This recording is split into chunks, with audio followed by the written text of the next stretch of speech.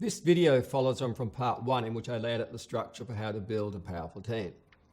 So in this video, we look at the team in action. So act upon what?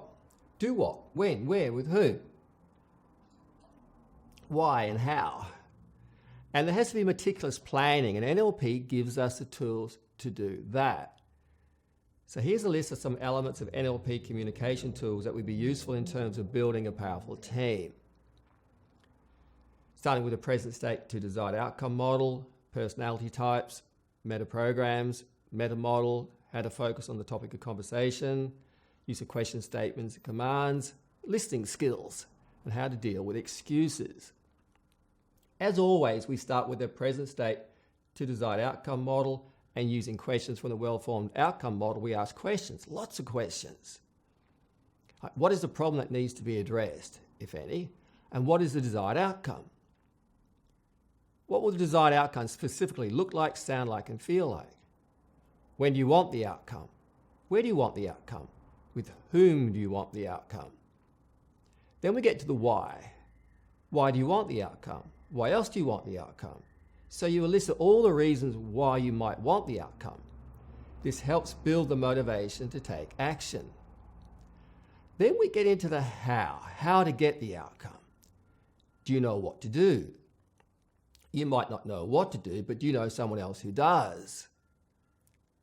Is it self-initiated and maintained? That is, are you solely responsible for initiating the action steps and seeing it to completion? Can you do it? Can you do what needs to be done? If not, then do you know someone who can do it? And have you done this before? Or do you know someone who has done this before? Do you know the steps and stages? If not, then do you know someone who does? Do you have an action plan? Do you know how to write an action plan? If not, then do you know where to get help? And do you have a way to monitor your progress? Do you have a scorecard? And do you have a way to deal with interferences, that is, from self and others? And do you have both the internal and external resources that may be required to achieve the outcome? So internal resources are things like positive frames of mind, resilience and courage. External resources are things like money, equipment and people. And part of the how stage is time management. So do you have systems and procedures in place to make your use of time cost effective? And do you know how to build systems and procedures? If not, then do you know someone who does? And do you have a way to measure your performance? Once again, do you have a scorecard? And do you have a contingency plan? That is, do you have a plan B? And do you have more than one plan B? And then we do our checks. So are the team members in alignment with the necessary action that is required to achieve the desired outcome? Is the outcome compelling?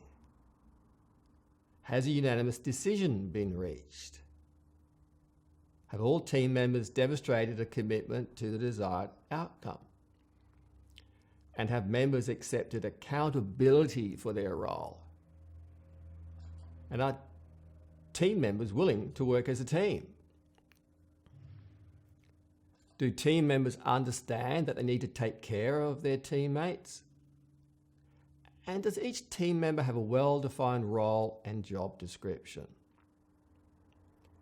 Do team members have a clear set of guidelines of how they should behave? And has full support been given to the leader? Are team members willing to take calculated risks with insufficient information? And are team members willing and able to adapt to change? As you can see, there's a lot in that, but to build a powerful team and achieve the agreed upon outcomes, you need to make sure that each team member answers in the affirmative.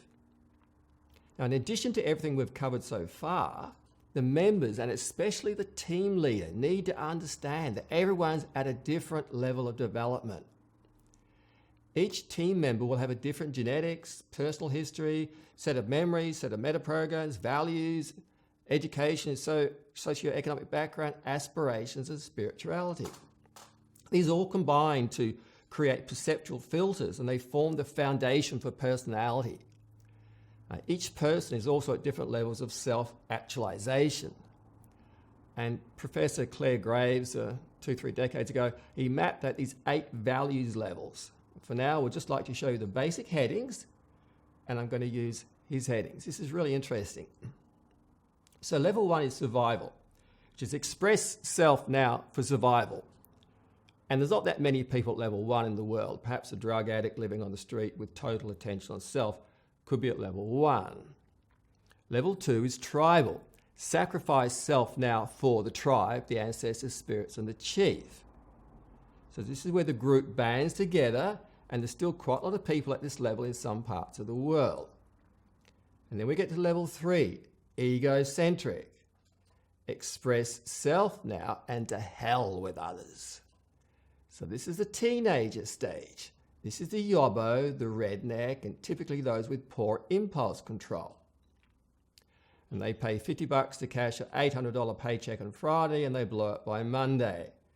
And they probably form the majority of people in prisons, sadly.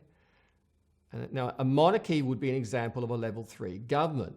And there are still some level 3 governments in the Middle East and Africa. I'll leave it to you to work out which ones. And level 4 is systems. Sacrifice self now for salvation or attainment later. Sacrifice self for the one true way. Let you think about that. Now, at level 4, a guy may work his entire life at one job to be rewarded with a gold watch when he retires. And this is the structure that you see when a country becomes industrialized. A country with a democratic parliament would be at level 4. And then we get to level 5, the entrepreneur. Express self now, but calculatedly for material rewards now. So the entrepreneur level is what we see with both individuals and some corporations who head out on their own. But without checks and constraints, the level 5 corporation can get out of control. And you can see this with how some corporations, they lobby government to serve their own interest, and we get sort of like a corporatized democracy. And then we get to level 6, which is groups and causes.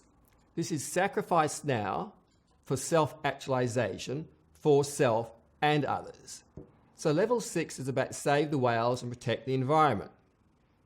Level 6 has structure like level 4.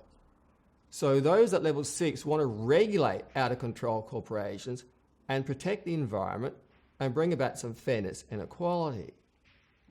Level 6 has a touchy feel to it, but it also has some downsides. For example, everyone has to have an opinion. Everyone has to share their feelings.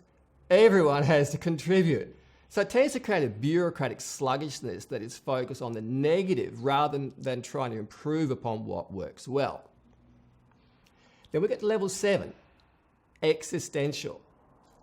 Express self now, but not at the expense of others or the world, so that life may continue. As the level 6 way of thinking tends to create just too many inefficiencies, then at level 7, the individual steps out once again, but with a greater awareness of how to treat others fairly and take care of the planet, but by downsizing and creating systems and procedures that actually work rather than stifle. And then we get to level 8, which is global consciousness and planetary survival. It's sacrifice self and others as may be required for global survival. And then we get to some real basics. So depending upon the context, there will need to be an agreed upon set of rules which determine what is acceptable and unacceptable behaviour. For example, no talking over each other. No name calling or cursing each other. Just imagine if they just had those 2 rules in Parliament. No threats or ultimatums in the conversations. No insults that personalise or make judgments on another. Once again, you just bring that to those who are involved in politics, especially the supporters. No sarcasm or sarcastic humour which puts another person down. And the right to call time out if one member gets too upset or stressed. You take that to a nation, Perhaps a politician could have the right to call time out, and just to slow things down so they can just reassess things.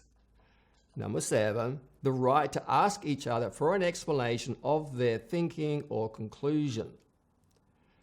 The right to play devil's advocate and strongly question a position. 9, will we be respectful by listening, looking at each other and hearing each other out. And for each time you meet up, the meetings will need to be formalised in some way. So at the least, there should be a check-in with an appropriate introduction for each person. At the end of the meeting, there should be a check-out with a summary of what has been learned and the task to be acted upon. So if you're interested in learning more about how to build a powerful team, then the easiest way to contact me is from my website, abbyeagle.com, and I look forward to seeing you again.